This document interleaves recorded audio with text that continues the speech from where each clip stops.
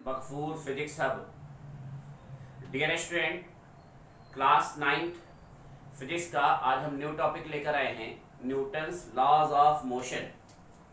Newton's laws of motion आपके NCERT में physics में जो चैप्टर नंबर 2 है उसका जो न्यू टॉपिक है वो है Newton's laws of motion. Newton's laws of motion. Newton के 3 लॉज है।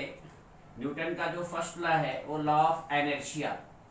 Newton first law of motion को हम लॉ ऑफ एनर्शिया भी कह सकते हैं। लॉ ऑफ एनर्शिया क्या है डियर स्टूडेंट, समझ लेते हैं। According to the Newton's first law of motion या according to the law of inertia, everybody at rest continue at rest. Everybody uniform straight line motion or continue straight line motion unless compelled and external force applied.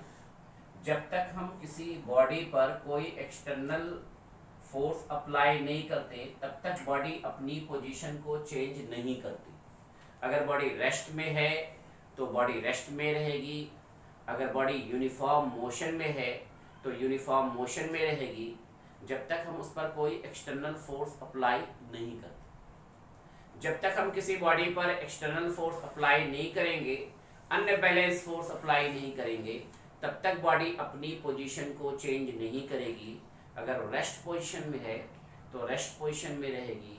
अगर वो इस uniform straight line motion में है तो uniform straight line motion में रहेगी। जैसे dear student, ये आपका मार्कर है। ये मार्कर आपका पॉकेट पे अपनी हमारे हैंड में रेस्ट पोजीशन में तब तक रहेगा जब तक इस पर एक्सटर्नल अनबैलेंस फोर्स अप्लाई ना किया जाए। इसी को हम लॉ ऑफ इनर्शिया कहते हैं।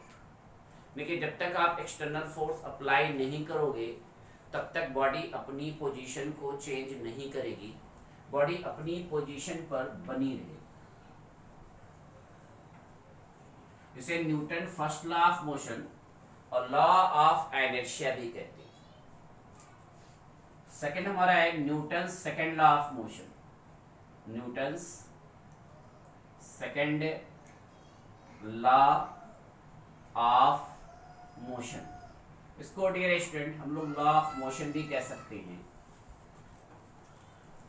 न्यूटन ने फर्स्ट लॉ में एक्सप्लेन कर दिया कि अगर कोई बॉडी रेस्ट में है तो रेस्ट में रहेगी।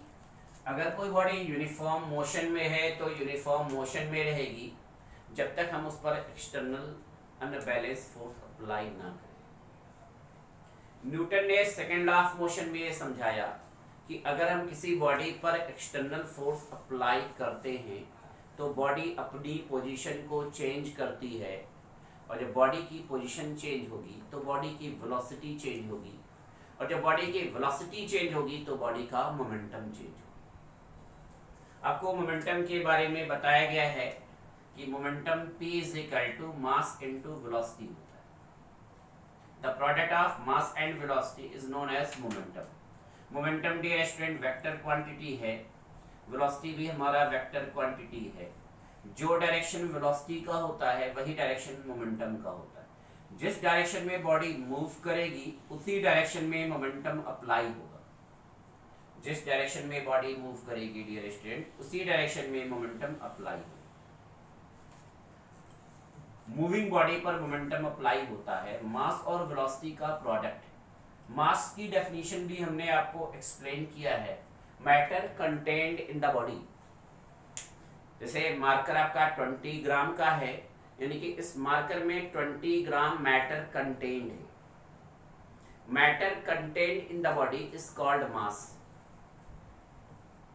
तो ये मार्कर है, इसका मास स्मॉल m है, ये रेस्ट पोजीशन में है, इसकी वेलोसिटी 0 है, लेकिन इसका मोमेंटम डियर स्टूडेंट 0 है।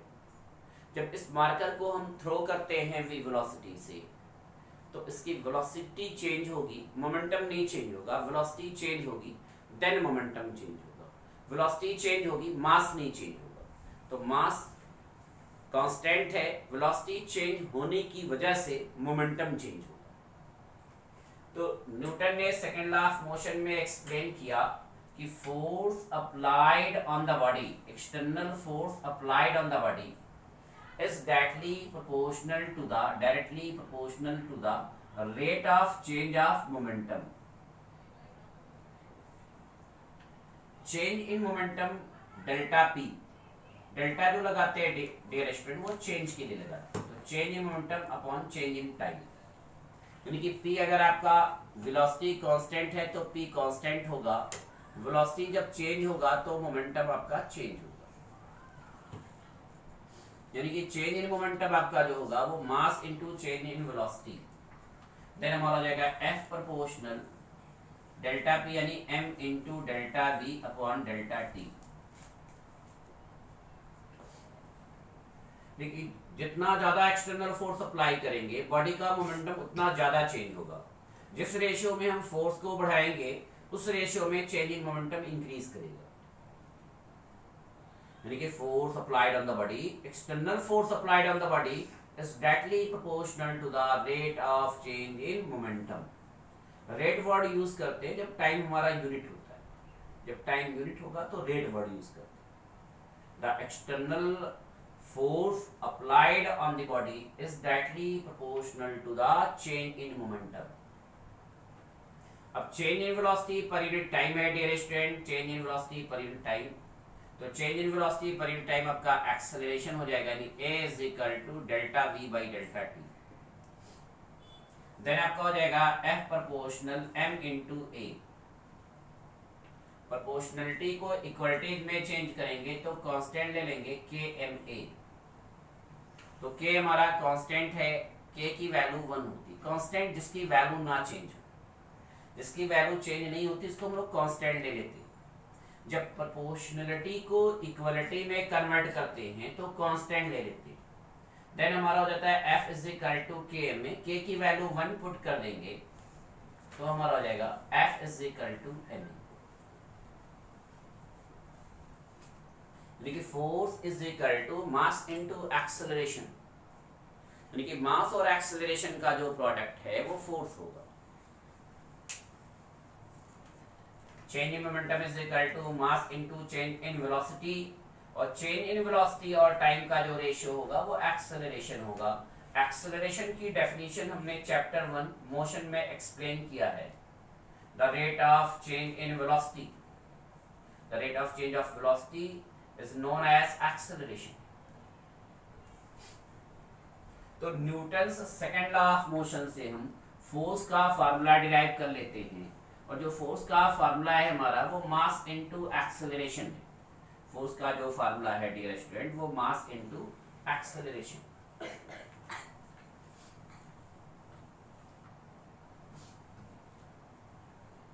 अब फोर्स की यूनिट पूछी जाती है, फोर्स को जो मेजरमेंट किया जाता है वो यूनिट क्या होगी, units of force dear student.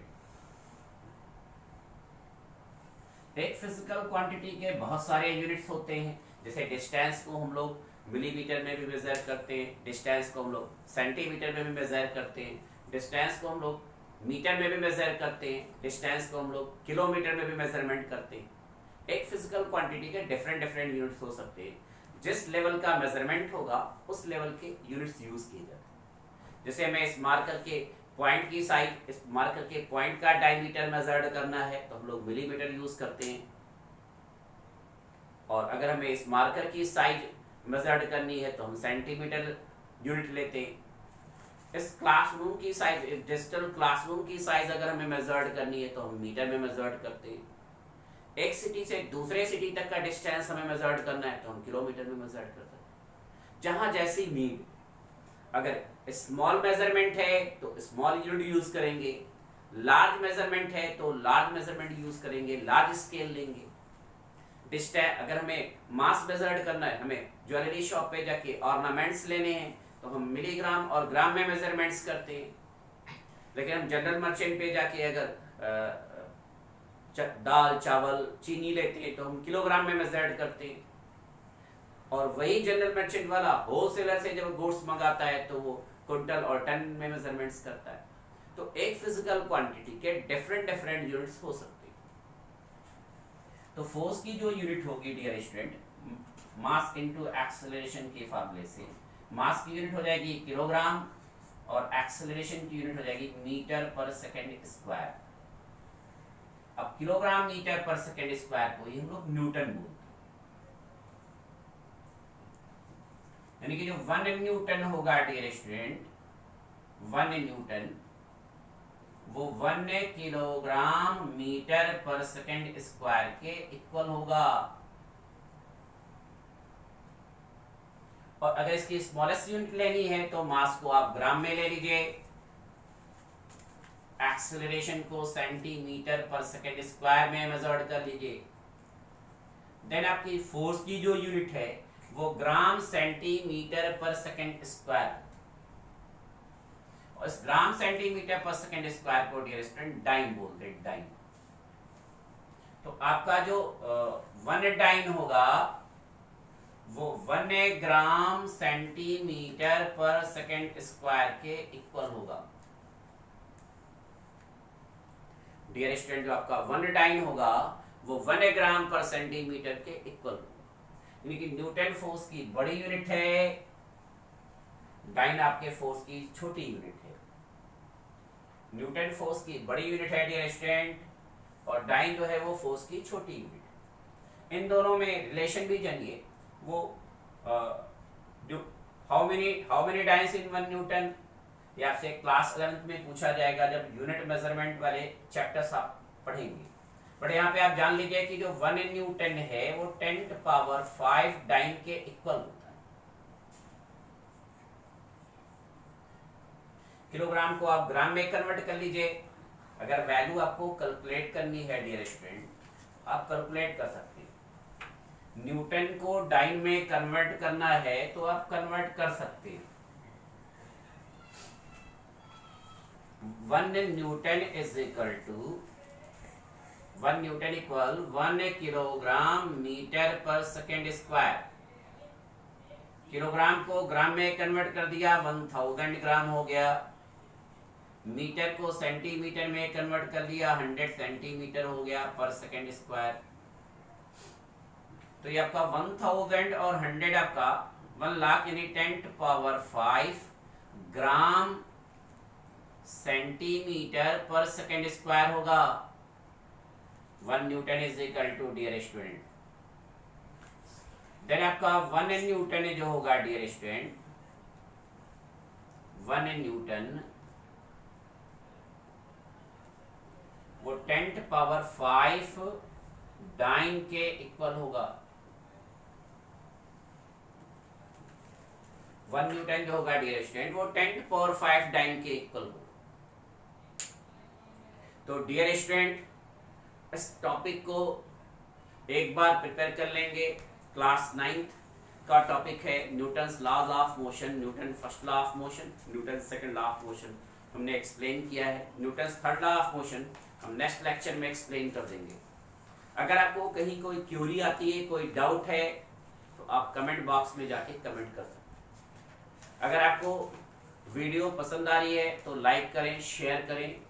अगर अभी तक आपने हमारा चैनल सब्सक्राइब नहीं किया है तो चैनल को सब्सक्राइब कर लें, बेल आइकॉन प्रेस करना ना भूलें, जिससे जो भी न्यू वीडियोस अपलोड की जाए उसका नोटिफिकेशन मिलता है। डियर स्टूडेंट, बस्ती डिस्ट्रिक्ट में हमारे ऑफलाइन क्लासेस भी चलते हैं। हमारी अपनी कोचिंग इंस्टीट्यूट है। जो बच्चे हमारा ऑफलाइन क्लासेस ज्वाइन करना चाहते हैं तो class 9th, class 10th, class 11th, class 12th की क्लासेस रन कर रहे हैं। क्लास 9th, क्लास 10th और class 11th, class 12, 9 to 12 NEET, JEE mains foundation classes हमारे रन करते हैं। हमारी जो कोचिंग इंस्टीट्यूट है वो बस्ती डिस्ट्रिक्ट के जीआईसी के सामने डीबीएल कॉन्वेंट स्कूल में है। और हमारी जो कोचिंग है उसका जो नाम है new mag classes, new mag classes के नाम से कोचिंग चल रही है। बस्ती में पिछले 18 सालों से न्यू मैग क्लासेस के नाम से चल रही कोचिंग है 9 to 12 की। इसमें मैं खुद फिजिक्स का लेक्चर लेता हूँ, बट हमारे पास गुड फैकल्टीज भी है। हमारे पास मैथ, केमिस्ट्री, बायोलॉजी, इंग्लिश की गुड फैकल्टीज है। अगर आपको ऑफलाइन क्लासेस ज्वाइन करने हैं तो आप न्यू मैग क्लासेस ज्वाइन कर सकते हैं। हमारा जो मोबाइल नंबर है वो 9208284795 है। हमारा जो व्हाट्सएप नंबर है, व्हाट्सएप पे भी क्यूरी कर सकते हैं। हमारा जो व्हाट्सएप नंबर है वो 8172899694। Thank you.